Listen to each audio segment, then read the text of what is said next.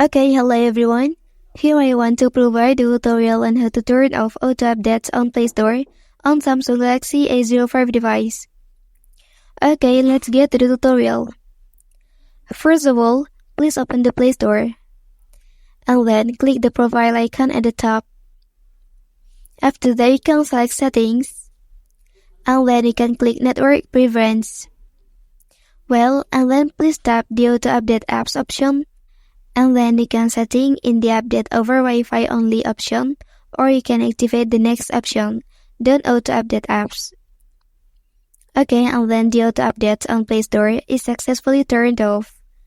That's the tutorial on how to turn off auto updates on Play Store on Samsung Galaxy A05 device.